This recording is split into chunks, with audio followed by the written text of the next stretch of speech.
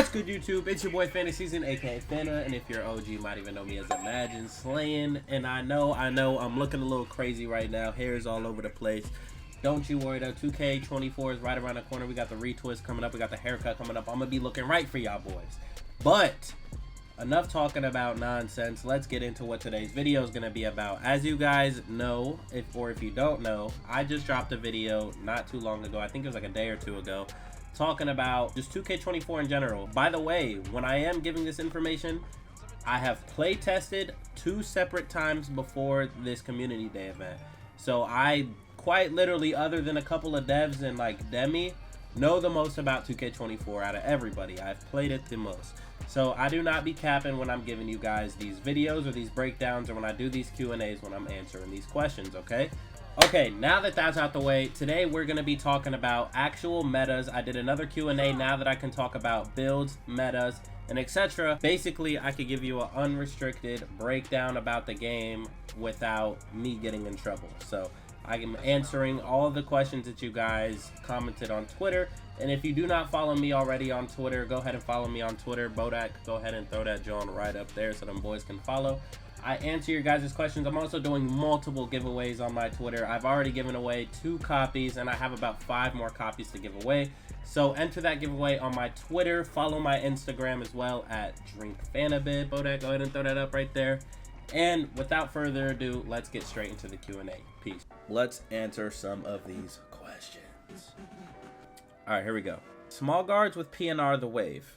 Now, this is a good question, and I honestly do feel like now that I could really break down why I feel the way I feel, chat, it's because of this builder.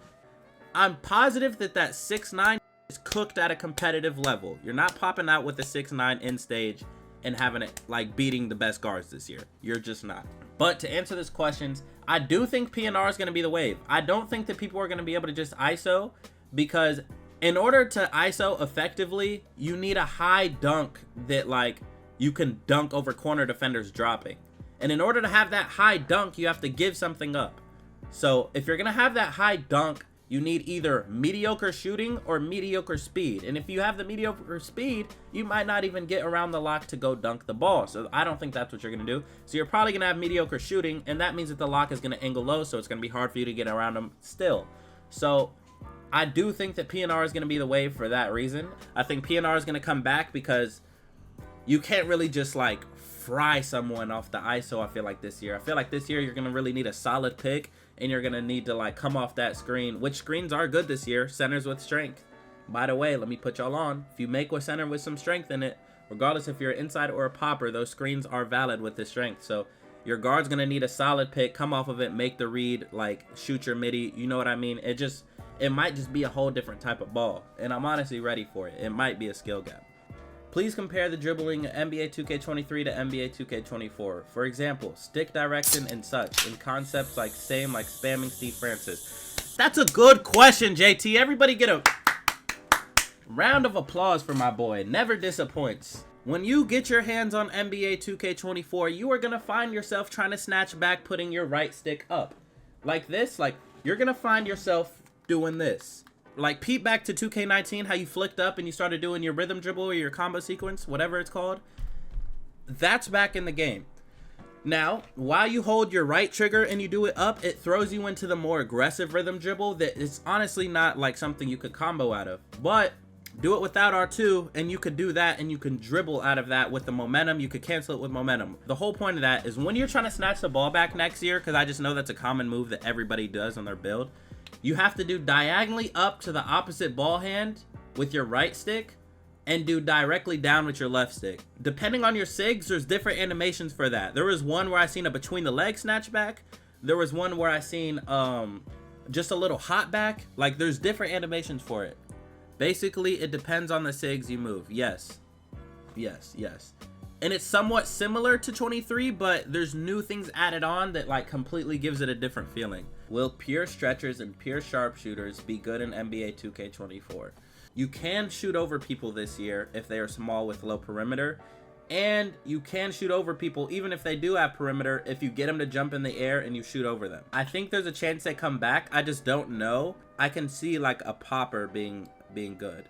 What are the most important thresholds right now for PGs? Now let's look up an actual builder video. Let me give you guys the real breakdown of the good thresholds. Let me look at this builder so I can break down to y'all what you really need to see. So let me go to important thresholds. Layup or dunk, depending on how effective it is, because I don't think guards are not living and dying by the 3 this year. The movement's just too slow. At least at a high level, you're not living and dying by 3. So dunk and layups is a super important threshold.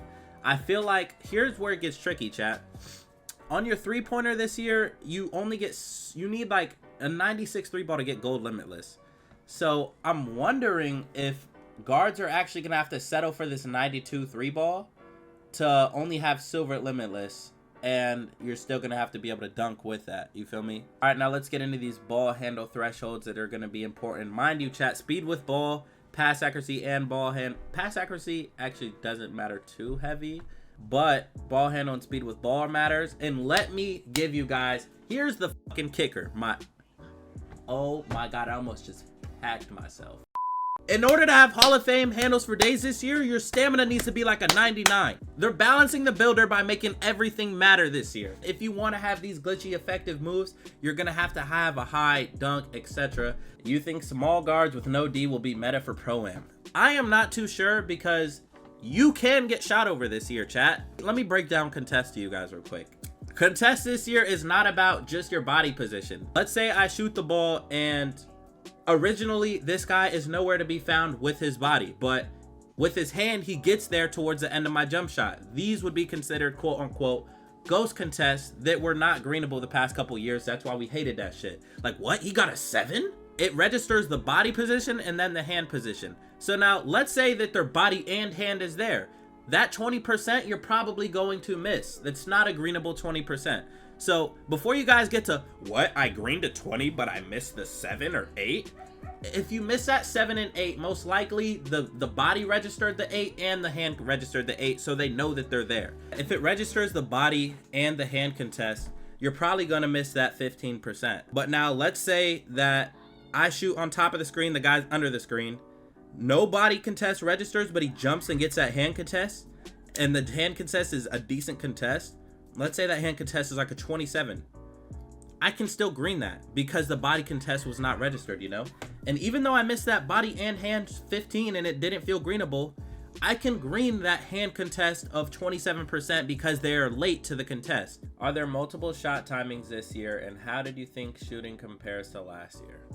There are still multiple shot timings rather than very early, late, very late. You're messing with jump, set point, push, and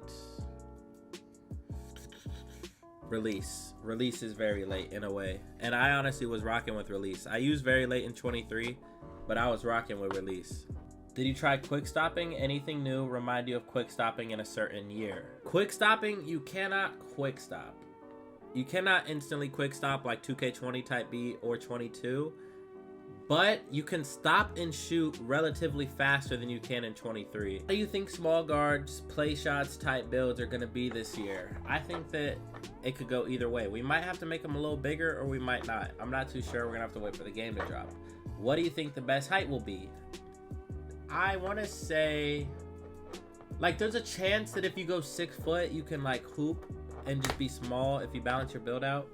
But there's also a chance that like 6'3" can relatively do the same thing as a 6'1", plus it just has more size and defense. So I'm not sure which way the game is gonna tilt. It depends, like, if like being fast actually matters. Like, if being fast really gets you like a bucket, being a 6 foot guard, and being 6'3" you're too slow and you get bumped, I could see people going with smaller guards. But if it's like they both get bumped the same amount and move relatively the same speed, I feel like we could see bigger guards. Is there hella different jump shot timings? Does stamina affect your shooting drastically like it did in 23? Does it speed up like last year? Good question. Defensive immunity, once again, we just already talked about that. It makes it to where your shit kind of stays like the same release every single time. Stamina does affect your shooting more than anything. Stamina and adrenaline this year, chat. But if you have 1 adrenaline, it's the same as if you're shooting with 3 adrenaline. As long as you have adrenaline, you're good. And it's pretty hard to lose all your adrenaline, so it will be fine. But if you do drain all your adrenaline, you will see it's significantly harder to green. Is speed ups in the game? Yes, they're in the game, but they're not as OD, bro. If you have defensive immunity, it's somewhat like your same jump shot every time. But me, I honestly might purposely allow myself to have low defensive immunity because I love timing speed up shots. It's a skill gap, and it helps you get your shot off faster than people can contest. What's the lowest 3-point and height range you think will be good for us to ISO? I feel like you could see a 6'5", 6'6", like if you really want to ISO. But the lowest 3-point range for ISOing, if you want to be ISOing and want somebody to actually respect your shot, I feel like probably like mid to high 80s, bare minimum. Inside and play shots back, I feel like they have a good chance of being back. But poppers aren't out the question. Poppers are still probably going to be good too. What height do you think bigs will be this year? Depending on if you're an insider or a popper. Like, if you're inside, probably going to see like 7-footers to like, yeah, probably like 7-footers to 6'11s who are just glitchy and move fast if it's threes, or maybe even like 6'8", 6'9" inside centers again, like 20 and 21 current and shit like that. Like, I wouldn't be surprised if that was a thing. Poppers are probably gonna be like 6'9" now, 6'9", 6'10" backs. Poppers actually might get dogged by inside this year, and that pick and pop shit might not be as overpowered. Was it possible to have gold limitless with Hall of Fame speed booster on a PG? Not without completely cooking your dunk. Not without cooking your dunk, sadly. Do you recommend people using speed booster high as possible? As high as it can get without you drastically ruining the rest of your build.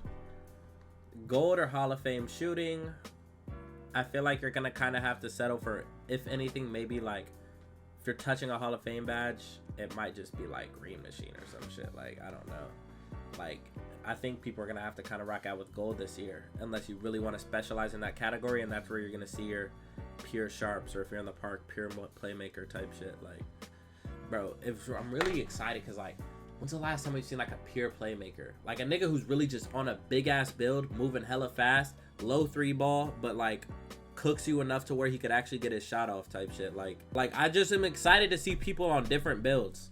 What's the meta 1 and 2 gonna be? I'm not sure. We're gonna have to see how the game plays out. People might go back to pure sharps with the fucking PG who just is doing everything. You know what I mean? Or it could go to dual ball handlers because it's so slow you're gonna need to. We just don't know yet. Can you cancel dribble animations and speed boost out of them?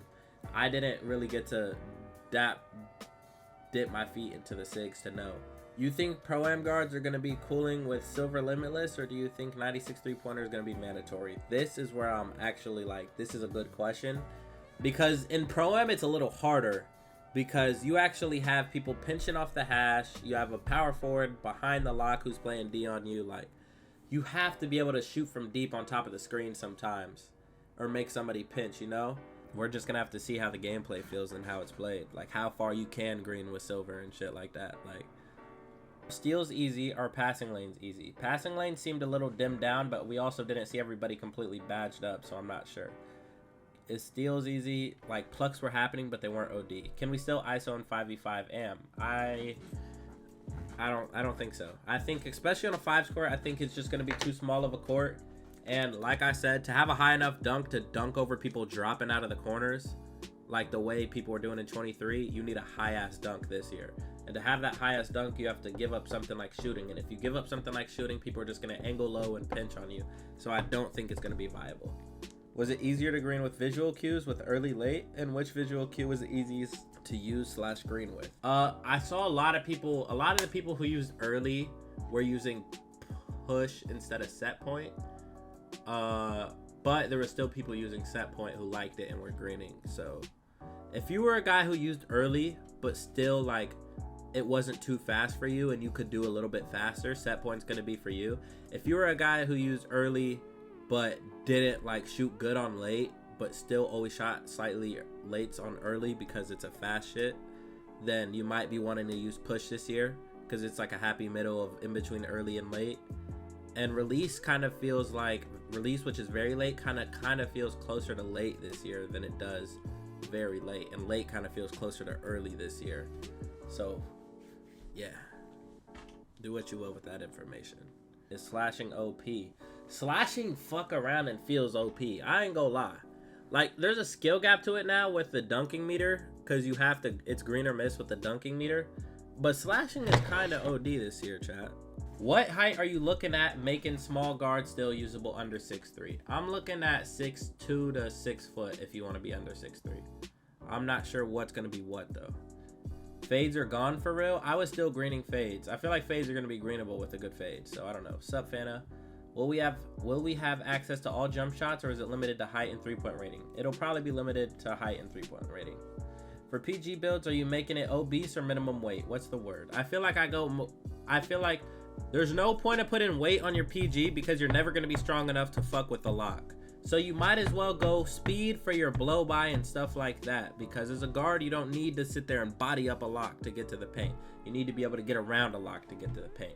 So I'm going to go low weight probably, realistically, most likely. Do you think 6'1" will sacrifice Limitless or go with Silver and keep Francis? I feel like people are going to try sacrificing with Silver, and if it's doable, they're going to keep that sacrifice, and if it's not, they're going to go to Gold. At least that's how I'm going to do it. Can you make a dribbling big? No. Nope. Not with you, not while staying good at being a big. Pick and roll or ISO? I think it's going to be pick and roll. Pick and roll, pick and pop, depending on what your center is. Do you think it's more beneficial to be a specialist or settle and spread attributes around? I think I'm going to try spreading it out, and if that's not like working in the game, then I'm going to probably pick and choose if I want to specialize on the 3-point shooting or if I want to specialize on the dunking.